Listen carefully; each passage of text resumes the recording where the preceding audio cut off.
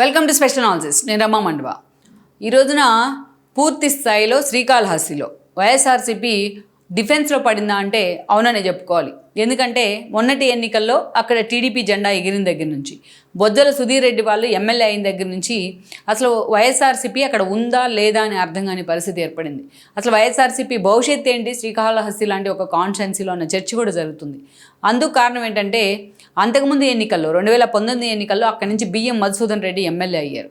అప్రతిహతంగా తన హవా కొనసాగించారు. ఆయన 5 ఏళ్ల పాటు అనేక విమర్శలు వచ్చినా, అనేక రకాలుగా ఆయన అనేక ఇష్యూస్లో టార్గెట్ అయినా, అవినీతికి సంబంధించి మిగతా విషయాల్లో ఆ టార్గెట్ అయినా ఎక్కడా కూడా జగన్మోహన్ రెడ్డి ఆయన పక్కన పెట్టే ప్రయత్నం చేయలేదు. అదే స్థాయిలో ప్యాంపర్ చేస్తూ వచ్చారు. మొన్నటి ఎన్నికల సమయంలో ఆయనకి టికెట్ కూడా ఇచ్చే ప్రయత్నం చేశారు. కానీ మొన్నటి ఎన్నికల్లో బిఎం మధుసూదన్ రెడ్డి ఓడిపోయారు బొజ్జల సుధీర్ రెడ్డి చేతిలోని. బట్ ఓడిపోయిన తర్వాత ఎక్కడా కూడా బిఎం మధుసూదన్ రెడ్డి శ్రీకాళహస్తి కాన్స్టిట్యున్సీలో కనిపించట్లేదు.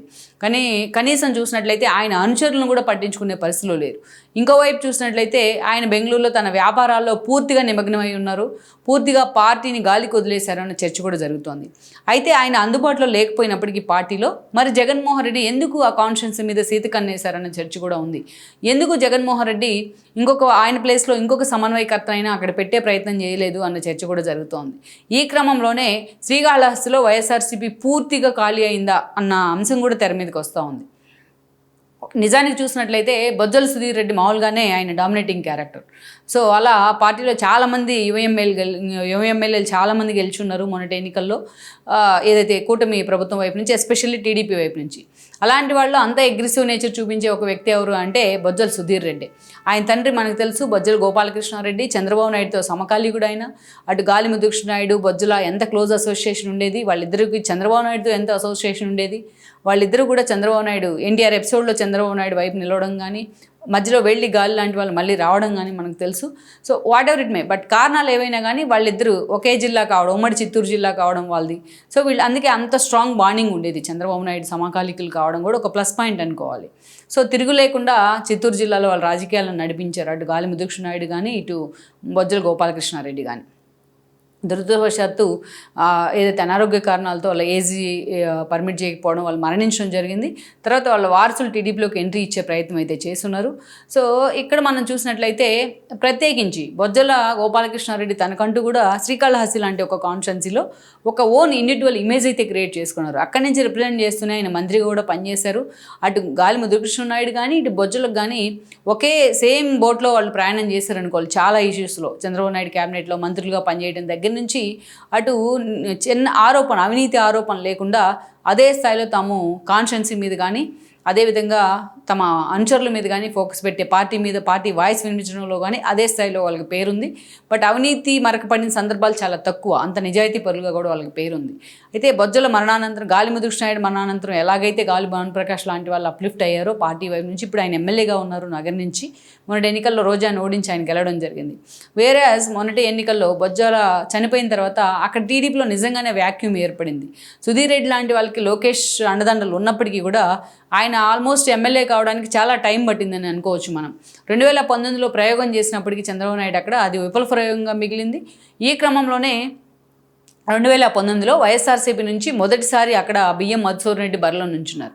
బిఎం మధుసూదన్ రెడ్డి ఎమ్మెల్యే కావడం జరిగింది. ఎమ్మెల్యే అయ్యారు కానీ మంత్రి పదవులు లాంటి వాటి విషయంలో మాత్రం పార్టీ అధిష్టానం ఆయన్ని దూరంగానే పెట్టింది. కానీ అనేక రకాలుగా ఆయన ఎప్పుడూ కూడా వార్తల్లో ఉండడానికి, కేర్ ఆఫ్ కాంట్రవర్సీ అనే విధంగా ఆయన పనిచేస్తూ వచ్చారు. వార్తల్లో ఉండడానికి ఎప్పుడూ కూడా ఆయన ప్రయారిటీ ఇచ్చేవాళ్ళు. అనేక రకాల కాంట్రవర్సీలతో ఎప్పుడూ కూడా ఆయన ఏదో ఒక ఇష్యూతోని వైఎస్ఆర్సీపీ అధిష్టానానికి కూడా తలనొప్పులు తెప్పించేవాళ్ళు. సోషల్ మీడియాలో వైఎస్ఆర్సీపీ నుంచి ట్రోల్ అయిన కొద్ది మంది ఎమ్మెల్యేల్లో ఒక వ్యక్తి ఎవరు అంటే అది బిఎం మధుసూదన్ రెడ్డి. ఇక ఆయన మీద అనేక రకాల అవినీతి ఆరోపణలు కూడా రావడం జరిగింది. అనేక రకాలుగా ఆయన విషయాలన్నింటినీ కూడా ఎక్స్ప్లాయిట్ చేస్తూ వచ్చింది టీడీపీ కూడా. ఇక బొజ్జల సుధీర్ రెడ్డి కూడా తన మీద కేసులు పడ్డా, తను అదే స్థాయిలో వైఎస్ఆర్సీపీ టార్గెట్ చేసినా అంతే స్టబ్బోర్న్గా అదే గట్టి వాయిస్తోని పార్టీ కోసం నిలబడిన పరిస్థితిని అయితే మనం చూస్తూ వచ్చాం. మొన్నటి ఎన్నికల్లో బొజ్జల సుధీర్ రెడ్డికి టికెట్ దక్కింది. చంద్రబాబు నాయుడు కంటే ఎక్కువగా అక్కడ ఆయన మీద లోకేషే ఫోకస్ పెట్టారనుకోవచ్చు. లోకేష్ టీంలో ఒక కీలక వ్యక్తిగా ఈరోజు బొజ్జల సుధీర్ ఉన్నారు. సో ఈ క్రమంలోనే ఆయనకు మొన్న శ్రీకాళహస్తి టికెట్ దక్కింది. కూటమి ప్రభుత్వం వేవ్లో బొజ్జల సుధీర్ రెడ్డి మొన్న శ్రీకాళహస్తి నుంచి ఎమ్మెల్యేగా గెలవడం జరిగింది. చాలా చోట్ల టీడీపీ ఎమ్మెల్యేలు గెలిచారు. కేవలం వైఎస్ఆర్సీపీ నుంచి జగన్మోహన్ రెడ్డి తప్ప మిగతా 10 సీట్లు మాత్రమే వచ్చాయి. అయితే చాలామంది ఓడిపోయారు. ఏమన్నా తెలుసు అయితే అయినా ఎమ్మెల్యేలు చాలా చోట్ల మళ్ళీ వైఎస్ఆర్సీపీలో రీవ్యాంప్ అవుతూ ఉన్నారు, యాక్టివ్ అయ్యే ప్రయత్నం చేస్తున్నారు. వేరే శ్రీకాళహస్తి కాన్స్టిట్యున్సీ విషయానికి వచ్చినట్లయితే అసలు బియ్యం మధుసూదన్ రెడ్డి ఎక్కడున్నారో కూడా మనకు తెలియని పరిస్థితి. ఆల్మోస్ట్ ఈ 10 నెలల కాలంగా కూటమి సర్కారు ఏర్పడిన 10 నెలల కాలంగా బియ్యం మధుసూదన్ రెడ్డి ఎక్కడ గాయబయ్యారని కూడా అందరూ చర్చించుకుంటున్న పరిస్థితి అయితే ఉంది. అసలు మధుసూదన్ రెడ్డి కాన్స్టిట్యున్సీని వదిలి ఎక్కడికో వెళ్ళిపోయారు, ఆయన బిజినెస్లో అయితే పూర్తిగా నిమగ్నం అయ్యారని కూడా చెప్తున్నారు. బట్ ఆయన అనుచరులు మాత్రం ఎన్నికలకు ముందు ఏడాది ముందు ఆయన వచ్చే అవకాశం ఉంటుంది, పూర్తిగా మళ్ళీ పార్టీ మీద ఫోకస్ పెట్టే అవకాశం ఉంటుందని చర్చ జరుపుతూ ఉన్నారు. కానీ కనీసం జగన్కు కూడా అందుబాటులో లేకుండా, పార్టీకి అందుబాటులో లేకుండా పూర్తి స్థాయిలో ఆయన పార్టీ నుంచి డైల్యూట్ అయిపోవటం మాత్రం అసలు ఆల్మోస్ట్ కాళహస్తిలో ఒక స్ట్రాంగ్ బేస్ ఉన్న వైఎస్ఆర్సీపీకి 5 ఏళ్ల పాటు బేస్ ఉన్న కాళహస్తిలో మాత్రం వైఎస్ఆర్సీపీ ఈరోజు నేకెడ్గా మారిన పరిస్థితి అయితే ఉంది. ఆ పార్టీ తరపున కనీసం వాయిస్ వినిపించేందుకో, బొజ్జల సుధీర్ రెడ్డి ఆయన పెర్ఫార్మెన్స్ మీద వాయిస్ వినిపించేందుకో, కూటమి ప్రభుత్వ వైఫల్యాన్ని టార్గెట్ చేసేందుకో వైఎస్ఆర్సీపీ తరపున అక్కడ ఒక వాయిస్ లేకపోవడం మాత్రం స్థానికంగా ఉన్న క్యాడర్ను కూడా ఇబ్బంది పెడతా ఉంది. ఈరోజు జగన్మోహన్ రెడ్డి ఇన్ని చోట్ల సమన్వయకర్తలను నియమిస్తున్నప్పుడు శ్రీకాళహస్తి మీద ఎందుకు ఆయన లైట్ తీసుకుంటూ ఉన్నారు, అక్కడ ఎందుకు ఆ కాన్స్టిట్యున్సీని సీతకన్ను వేశారు అన్న చర్చ కూడా జరుగుతోంది. మరి ఈ విషయం జగన్మోహన్ రెడ్డికి శ్రీకాళహస్తి నుంచి కొంతమంది వైఎస్ఆర్సీపీ నేతలు, ద్వితీయ శ్రేణి నేతలు వెళ్ళి ఆయనకి రిప్రజెంటేషన్ కూడా ఇద్దామనే ఆలోచనలో ఉన్నారు.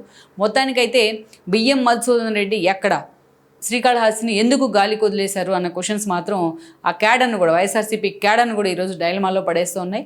మరి ఈ సిచ్యువేషన్కి జగన్మోహన్ రెడ్డి ఎలాగ పుల్ స్టాప్ పెట్టే ప్రయత్నం చేస్తారన్నది మనం చూడాల్సి ఉంది. ఈ వీడియో మీకు నచ్చినట్లయితే please share, like and subscribe